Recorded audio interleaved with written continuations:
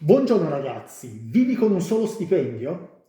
Qui oggi vedrai quali sono le strategie pratiche, le mosse per non finire al verde e per continuare a vivere serenamente avendo una struttura finanziaria che ti dà un minimo di sicurezza. Ok? Quindi rimanete qui se avete un monoreddito nella vostra famiglia, nella vostra vita, se siete anche singoli, quindi vivete solamente attraverso il vostro stipendio perché questo è il video che fa per voi. Cosa vedremo all'interno di questo video? Beh ragazzi, prima di tutto faremo un overview velocissima su che cosa vuol dire vivere con un reddito solo e quanto serve per poter vivere con serenità nella vita d'oggi e per non essere poveri, ecco, ma poveri non nel senso negativo, nel senso che si è vicini alla soglia della povertà, ma soprattutto poi partiremo e andremo a cercare di capire quanto sia importante più che avere una certa tipologia di ricchezza quando si ha un solo reddito, avere una sicurezza. Quello che dobbiamo fare è costruire sicurezza e poi andremo nel core di questo video, cioè cercheremo di capire quali sono le strategie importanti per cercare di costruire questa sicurezza finanziaria se abbiamo un solo reddito, quindi abbiamo una sola tipologia di entrata, e poi finiremo il video e concluderemo cercando di spiegare quali sono gli errori comuni di chi vive normalmente con un reddito che lo possono portare appunto ad avere pochi soldi e ad andare in verde, ok? Quindi rimanete qui su M per Money, il canale che parla di investimenti, di risparmio, in maniera molto semplice, molto diretta, molto operativa. Iscrivetevi al canale, dateci supporto e incominciamo subito ad avere un overview un po' più precisa di che cosa voglia dire essere monoreddito, di quante sono le famiglie. Allora, prima di tutto, ragazzi, si pensa che le famiglie che hanno un solo stipendio siano addirittura il 30%, cioè un numero veramente molto forte in Italia. E cosa vuol dire vivere con uno stipendio solo? Beh, rendiamoci conto, partiamo da questo dato. In Italia la media del reddito netto medio di tutte le famiglie italiane è vicina ai 37.000 euro. Questo è l'ultimo dato che abbiamo. Si parla di circa 3.200 euro al mese. Questo non per le famiglie monoreddito, ma per le famiglie in maniera media, quindi che hanno magari anche più di un componente che vive e lavora all'interno della stessa famiglia. Quindi capite bene come una famiglia che ha più redditi possa arrivare ad avere questa cifra e quanto sia importante per una famiglia che ha un solo reddito poter avvicinarsi a questa cifra qua, altrimenti diventa veramente complesso poter sostenere la propria famiglia, ok? E i propri cari o la propria vita, la propria casa e via discorrendo. Questo perché? Perché secondo i dati ai quali io onestamente non credo, ragazzi, ma questi sono i dati che ho preso, li ho ricercati a lungo, si dice che chi vive nella soglia di povertà ha uno stipendio medio di circa 15.000 euro all'anno. Secondo me con 15.000 euro all'anno difficilmente una famiglia può vivere se ha da pagare un mutuo, se deve andare al lavoro, quindi a possedere una macchina per poterci andare, poter pagare in qualche modo l'alimentazione, i vestiti e via discorrendo. Ipotizzando che anche come dire, visione sia reale e connessa, dobbiamo quindi cercare di capire che per poter vivere con un reddito solo dobbiamo avere almeno 15-30 mila euro all'anno che ci entrano all'interno del nostro portafoglio per non rischiare veramente di andare in verde e di non essere in grado più di pagare le spese che dobbiamo sostenere. Quindi questo è un punto fondamentale. E parlare di monoreddito è fondamentale anche secondo me perché ormai sempre di più ci sono delle famiglie dei genitori single che devono far fronte alle spese familiari da sole. Pensate Normalmente magari quando c'è una famiglia che ha dei figli, le spese vengono divise, mentre molto spesso capita che i genitori che si separano, e ce ne sono sempre di più, debbano in qualche modo pagare due alloggi, devono in qualche modo pagare l'alimentazione che diventa divisa, tutte le spese, magari avere due macchine mentre prima se ne avevano una, quindi molto spesso la maggior parte delle spese vengono suddivise tra due familiari e si diventa genitori, tra virgolette, single con dei figli, quindi il proprio stipendio diventa, la propria famiglia diventa monoreddito, anche se i figli sono in condivisione. Poi ci sono molte famiglie, come dicevamo prima, circa il 30% sono dati incredibili che hanno all'interno della famiglia un solo reddito, e poi ci sono molte persone che hanno un lavoro non stabile, no? E che quindi in qualche modo non vengono conteggiate all'interno di questo calcolo che abbiamo visto perché hanno dei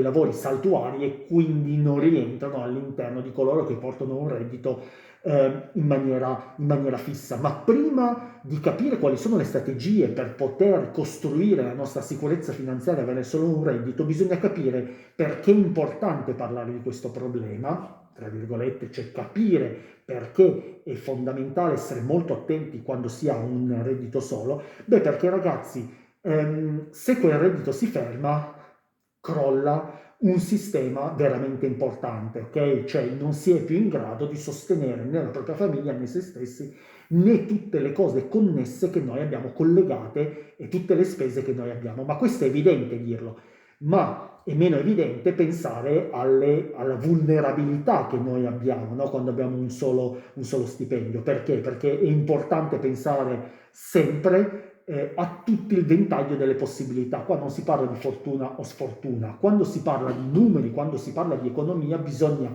ampliare la direzione della propria argomentazione a tutto lo spettro delle possibilità, sia a quelle positive che a quelle negative. E quindi quando si ha, sia che sia un reddito che si ha un duplice reddito all'interno di una famiglia, bisogna considerare sempre che ci possono essere delle malattie, degli infortuni, ci si può perdere il lavoro, ci possono essere degli aumenti o ci sono sempre degli aumenti dovuti all'aumento dell'energia, all'aumento del costo della materia prima, all'aumento degli affitti, degli alimentari, e quindi le spese aumentano in maniera importante. Quindi ci possono essere degli imprevisti come appunto una malattia che ci impedisce per qualche mese di poter lavorare o un aumento dei costi, e quindi quando si ha semplicemente un solo stipendio si è sottoposti a una sorta di vulnerabilità e di debolezza che in qualche modo deve diventare consapevolezza, e quindi noi in qualche modo dobbiamo cercare una sicurezza finanziaria più che parlare di ricchezza o di via scorrendo. Quindi dobbiamo cercare di avere l'opportunità di costruire un piano che ci permetta di far fronte quotidianamente alle spese che noi abbiamo. E quindi quali sono le strategie pratiche per costruire una sicurezza finanziaria con un solo reddito? Beh ragazzi, il primo è veramente importante comunicarlo, settare, costruire un budget realistico e flessibile. Quando si ha un solo reddito, ogni entrata ed ogni uscita deve essere assolutamente registrata attraverso un'app, attraverso uno spreadsheet, quindi attraverso un foglio di Google, attraverso un foglio Excel, ma deve essere assolutamente registrata. Ma non solo, ogni euro che esce deve in qualche modo essere preventivamente deciso. E quindi come farlo? Molto spesso ci sono delle metodologie che vengono chiamate 50, 30, 20, 70, 20, 10, che sono dei metodi attraverso i quali si possono costruire le spese, le decisioni di spesa all'interno della nostra famiglia. Quando parliamo di un metodo 50, 30, 20, in altre parole non diciamo altro che già precedentemente all'arrivo del nostro stipendio noi decidiamo come veicolare i soldi all'interno delle nostre spese. Ok? Quindi facendo un esempio 50, 30, 20, il 50 per cento del nostro reddito, ipotizziamo che sia 2.000 euro, che nella nostra famiglia entri 2.000 euro, 1.000 euro noi le veicoliamo per le spese legate ai bisogni. Quindi il primo tema è il bisogno, che sono gli affitti, le bollette, i cibi, cioè i bisogni primari dei quali non possiamo fare a meno, il bisogno. Il 30% invece è legato ad una parte che può essere quella dei desideri, no? Dell'acquisto che può essere di un capo di abbigliamento, di un oggetto che troviamo su Amazon, del fatto che in qualche modo abbiamo una sorta di emergenza, no? Dovuta all'acquisto di un nuovo televisore, di un nuovo mobile, del cambio delle gomme e via discorrendo. Quindi in qualche modo il 50% è fisso e sappiamo che va ai nostri bisogni primari. Ci sono i bisogni secondari che sono quelli più voluttuari, no? Più voluttuosi, legati non alla necessità ma ad un desiderio, e lì rientrano anche magari l'intrattenimento, cioè andarsi a vedere una partita, e sono quella parte che in qualche modo è più piccola, ma in qualche modo è preventivabile, perché deve essere preventivata, perché all'interno rientrano le nostre emergenze, rientrano i nostri desiderata, quindi di intrattenimento, o anche delle piccole necessità come il cambio di un abito, se dobbiamo andare ad esempio ad un matrimonio. E poi invece c'è una terza parte che non è bisogni primari o secondari, ma è legata evidentemente ad una necessità di risparmio, perché chi ha un solo reddito deve in qualche modo cercare anche di risparmiare, di crearsi un salvagente, ok? Lo vedremo presto. Quindi il 20% cerca di risparmiarlo per delle emergenze o per degli obiettivi che vuole costruirsi, no? Ipotizziamo che voglia costruirsi un nuovo lavoro, che voglia dare la possibilità all'altro coniuge di di mettere a terra un nuovo progetto. Quindi questi metodi ci danno in qualche modo una struttura mentale per poter veicolare i nostri soldi in maniera standardizzata nelle spese che noi dobbiamo sostenere. Altrimenti, se noi non abbiamo questa progettualità, molto spesso le spese escono in una maniera molto semplice, e solo a posteriori ci accorgiamo di dove abbiamo veicolato i nostri soldi. Invece attraverso questa decisione, attraverso questa metodologia, noi alla fonte ancora prima decidiamo come veicolare i nostri soldi. È chiaro che poi ognuno ha le proprie metodologie, è chiaro che se uno ha un solo reddito è difficile che possa risparmiare addirittura il 20%, ma ci sono anche altre tipologie, secondo me più affini per chi è monoreddito, come il 70-20-10, cioè il 70 per le necessità, il 20% per i bisogni secondari, quindi se ho bisogno di un abito nuovo, se ho bisogno di cambiare le gomme dell'auto, e un 10% invece per cercare di risparmiare, perché un 10% qualsiasi famiglia deve cercare di metterlo via, sia che abbia un reddito che ne abbia più di uno, perché quella parte è fondamentale per costruire la propria struttura finanziaria, la propria sicurezza finanziaria nel tempo. E collegandomi a quello che dicevo prima, un altro punto fondamentale per cercare di non cadere al verde quando si è monoreddito è quello di avere un salvagente, cioè un fondo di emergenze che ci aiuti nel momento in cui abbiamo degli imprevisti. Questo può succedere perché quando noi abbiamo uno stipendio unico, capita alcuni mesi che abbiamo delle spese veramente non solo impreviste ma più alte, no? Capita molto spesso perché ci sono dei mesi nei quali dobbiamo pagare magari la Tari, no? E quindi escono quelle 200, 300, 400 euro in maniera improvvisa, cioè noi lo sappiamo tutti gli anni, ma quel mese lì magari abbiamo più spese perché c'è quello. C'è la spesa ad esempio del fatto che dobbiamo mandare i ragazzi, sono finite le scuole, quindi dobbiamo intrattenerli in qualche modo, magari mandandoli in dei centri estivi, e quindi abbiamo anche quella spesa. Quindi ci sono determinati mesi magari nei quali abbiamo più uscite rispetto ad entrate, e questo diventa un grave problema nel caso in cui noi non abbiamo un salvagente. E questo salvagente, io lo dico sempre, il fondo emergenza lo devono avere tutte le famiglie. Il fondo emergenza normalmente significa mettere da parte su un conto corrente separato, o comunque in una maniera dove noi non mettiamo mai mano su quei soldi lì, a meno che ci siano delle emergenze fortissime. Si parla di almeno 6 mesi di stipendio, ipotizzando appunto che uno prenda 1.500-2.000 euro, facciamo 2.000 euro per semplicità, dobbiamo sapere che all'interno di quel nostro conto ci sono almeno 10-12.000 euro. Quel conto lì ci aiuta per qualsiasi imprevisto ed emergenza. Ipotizziamo che ci si rompa la macchina, che dobbiamo fare una cosa importante, sottoscrivere un'assicurazione sanitaria, vi discorrendo, sappiamo che abbiamo quei soldi per poterlo fare. E questo, andatevi a vedere il video che ho fatto su questo punto, sull'importanza di avere un fondo di emergenza. Un semplice consiglio è quello di mettere via settimanalmente o mensilmente delle piccole cifre, no? Io propongo settimanalmente. Se noi riusciamo a mettere via 5, 10, 15 euro settimanali, comunque alla fine del mese parliamo già di 50 euro, che alla fine dell'anno sono già 600 euro.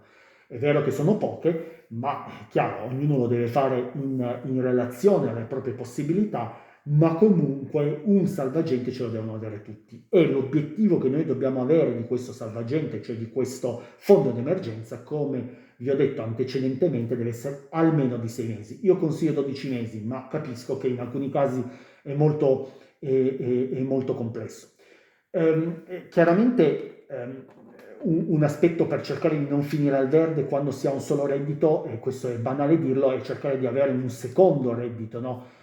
Capisco che è molto complesso, però in qualche modo bisogna arrotondare i propri redditi, perché se da un lato abbiamo le spese che, come dicevo, non possono essere eliminate, sono quelle dei bisogni primari, no? E che aumenteranno negli anni, e questo è indubbio, ragazzi, perché c'è il costo della vita che aumenta, c'è l'inflazione, quindi indubbiamente negli anni aumenterà, il nostro reddito deve aumentare. Quindi o abbiamo l'opportunità in qualche modo di guadagnare di più attraverso il nostro lavoro, quindi cercando di fare una carriera più importante, o non lo so, cercando di cambiare lavoro per incrementare il proprio reddito, e queste sono due possibilità, perché molto spesso in Italia per cercare di aumentare il reddito è molto complesso farlo all'interno della stessa azienda, bisogna muoversi in realtà diverse, e questo è molto importante, pensate anche a quello. Nello stesso tempo io credo che bisogna pensare a quelli che vengono chiamati side hustle, cioè dei lavoretti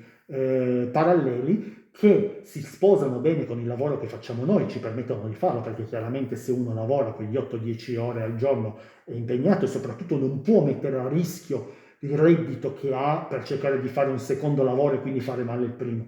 Ma ci sono alcuni lavoretti che in qualche modo possono portare un extra budget, che sono dei lavori da freelance, no? Ci sono dei lavori digitali ormai sempre di più. Chi ha competenze in questo campo le può mettere a terra, perché ormai ci sono tanti siti che permettono ai freelance di poter lavorare e di poter fare un secondo introito. Ci sono, non lo so, anche dei lavori di vendita online. Non dico di aprire degli e-commerce, perché è un'attività assolutamente complessa che non può essere fatta a parallelo di un'altra attività, ma dico semplicemente anche inventarsi un lavoro di second hand, no? Cioè incominciare a vendere degli oggetti che si trovano, che si hanno, e metterli in vendita e fare un markup su quelle cose lì, vendere dei libri, vendere dell'artigianato e via discorrendo. Oppure proporsi per delle attività in qualche modo importanti, ma che non richiedono delle grandi skills, cioè che possono essere il dog sitting, le ripetizioni, beh chiaramente lì devi avere delle skill abbastanza verticalizzate, di babysitting e via discorrendo, che in qualche modo ci permettono di avere un impegno di poche ore ulteriore a quello appunto, del lavoro principale. Ma c'è un quarto punto, secondo me, fondamentale per cercare di non rimanere al verde per chi ha uno stipendio solo. Adesso dire al verde è un po' brutto, ma per cercare di costruire, di strutturare una vita serena, economicamente serena, ed è quello di proteggersi. Io su questo appunto sono fermamente convinto. Io credo che chi ha un solo reddito debba in qualche modo cercare più di incrementare, in qualche modo facendo degli investimenti. Io credo fortemente nell'importanza degli investimenti, se si possono fare sono la cosa principale, e mi sento veramente di dire che tutti dovrebbero investire, però nel caso in cui uno abbia un solo stipendio e ha delle responsabilità evidenti come dei figli una moglie, una casa e via discorrendo, prima di cercare di investire e quindi mettere a repentaglio quello che ha costruito, adesso magari via, è molto importante stabilizzare quello che si ha, cioè avere sicurezza e proteggersi.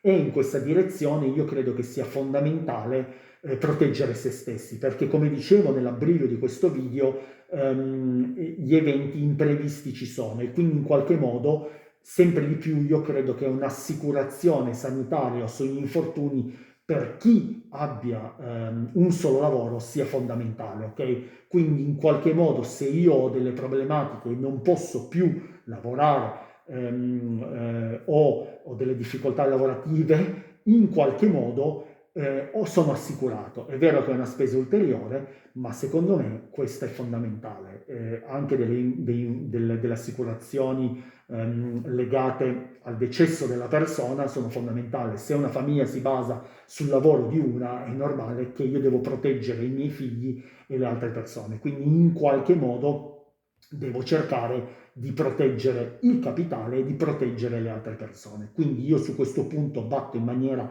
forte e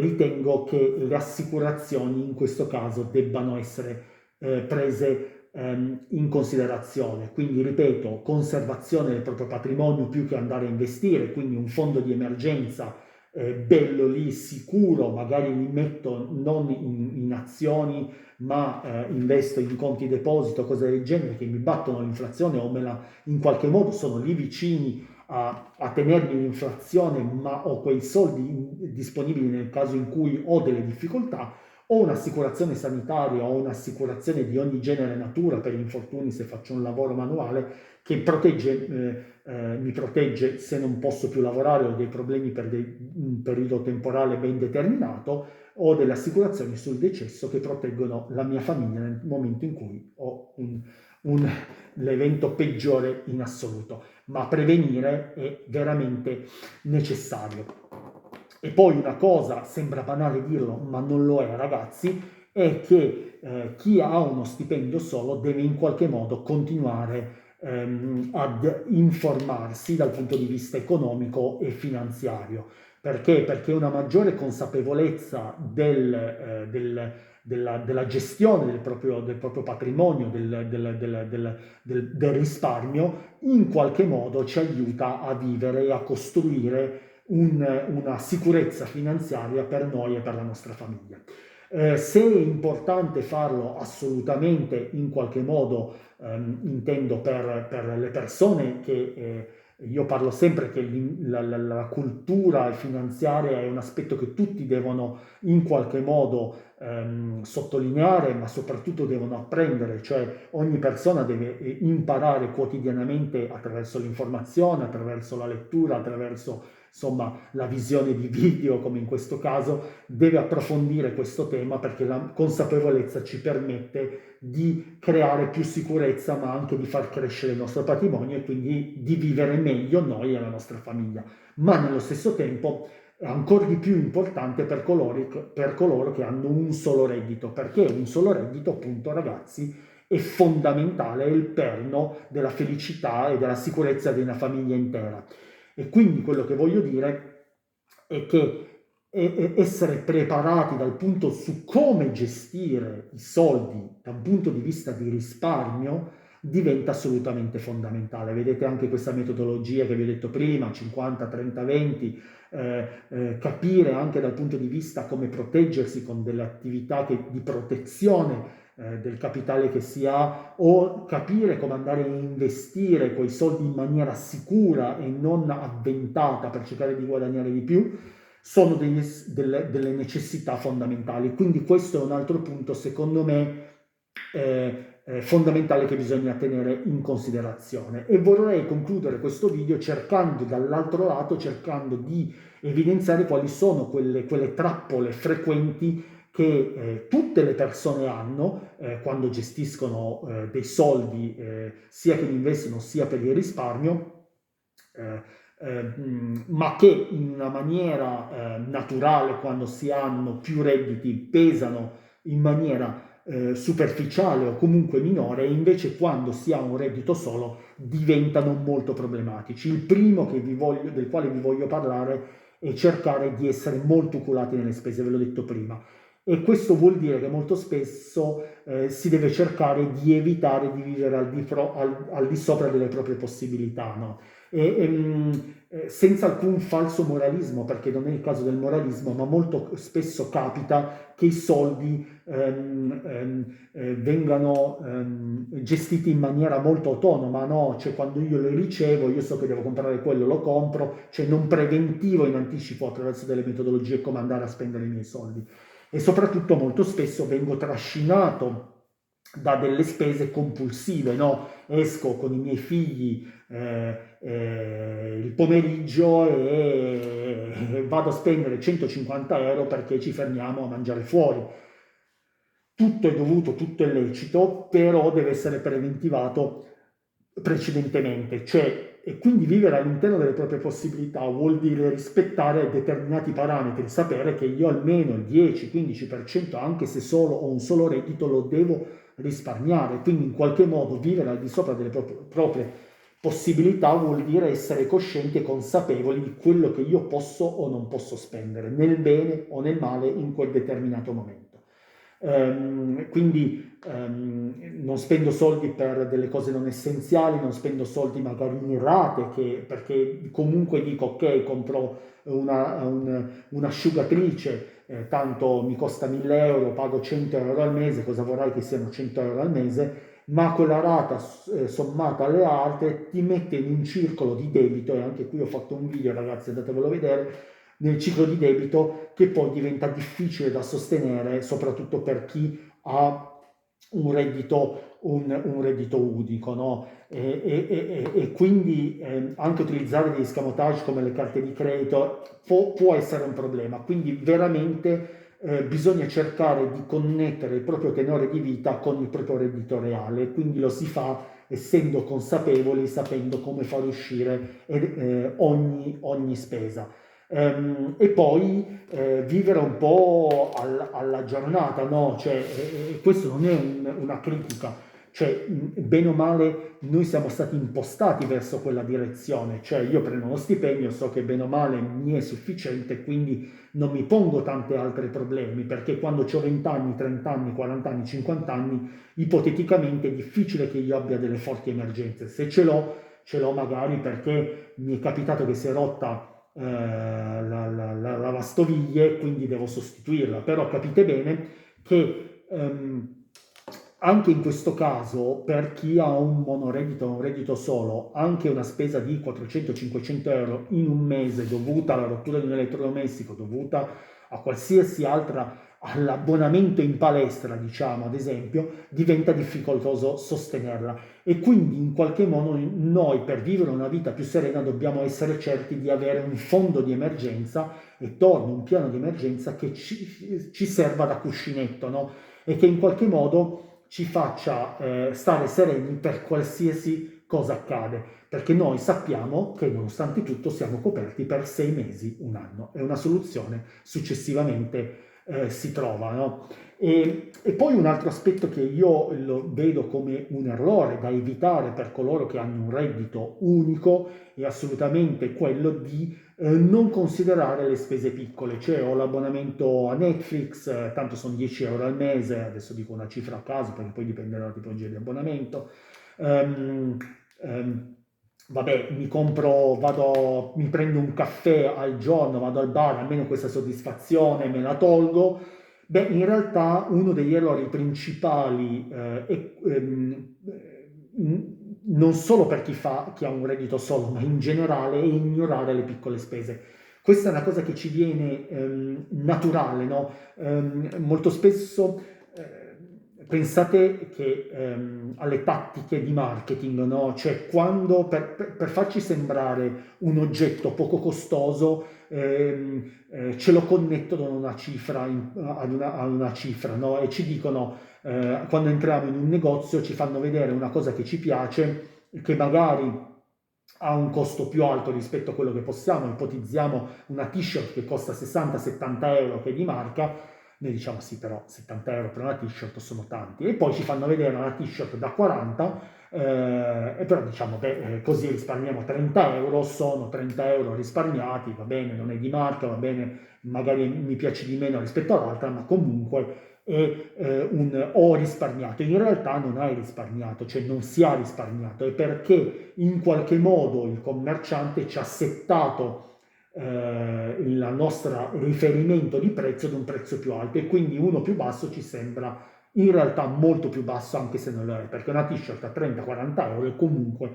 molto cara. Quindi noi dobbiamo cercare di comprendere che molti dei soldi che noi spendiamo e buttiamo via sono sulle piccole spese, perché quando noi andiamo a comprare invece qualcosa di caro da 400, 500, 1000 euro, noi siamo molto più attenti, facciamo delle ricerche, studiamo con attenzione. Io mi ricordo quando ho comprato l'aspiratore, l'aspirapolvere, ho cercato a lungo prima di andare a fare la scelta, perché insomma guardavo i 50, 80, 100 euro, perché dico, beh, risparmio tanto. In realtà poi io ho cercato tanto e l'ho risparmiato, ma nello stesso tempo magari butti via i soldi, quei 60-80 euro, su piccole spese che non vai a controllare, no? Come l'uscita, come dicevo prima, vado al bar, mi prendo caffè e cappuccino brioche tutti i giorni, e alla fine sono 90 euro al mese, che equivalgono a tutto il risparmio che avevamo fatto precedentemente. Quindi una delle cose sulle quali erroneamente tutte le persone, e quindi ancora di più quelli monoreddito, devono fare attenzione, sono le piccole spese, i piccoli risparmi. Quindi piccole spese fanno a paragone con i piccoli risparmi. Cosa succede? Quindi io faccio attenzione a queste piccole spese, quei soldi che riesco a guadagnare sono dei piccoli soldi risparmiati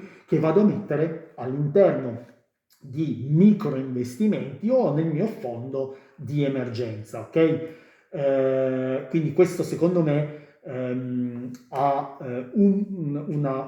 deve essere sottolineato in maniera fondamentale.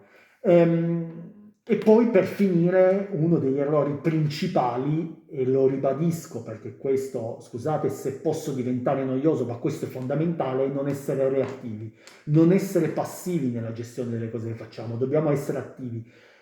Prima che riceviamo lo stipendio, noi dobbiamo capire che cosa fare con quei soldi, quindi essere proattivi, non reattivi.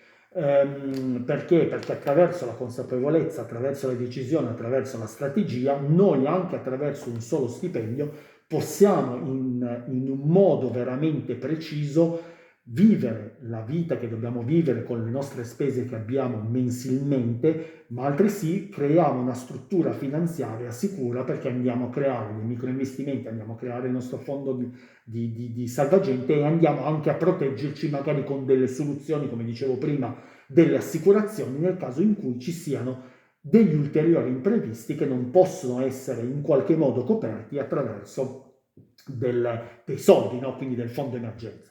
Quindi questi sono un po' i punti topici, secondo me, di questo video, e quindi di cercare di capire in maniera importante quali sono le azioni da mettere a terra, le mosse per non finire al verde e costruire una sicurezza per chi vive in un solo stipendio. Io ragazzi appunto aspetto anche i vostri commenti, i vostri consigli, perché mi aspetto che tutti quelli che hanno un solo reddito e hanno magari o delle difficoltà o non ce le hanno, perché chi ha delle difficoltà deve dire quali difficoltà hanno e cerchiamo di rispondere in qualche modo, ma anche chi non ce le ha come fa ad non avercele, perché possono quei consigli veramente darci una mano per costruire una nostra sicurezza e dare dei consigli agli altri. Quindi ragazzi, iscrivetevi al canale, commentate, che così possiamo interagire tutti insieme. Vi aspetto sul canale, a presto, ciao ragazzi.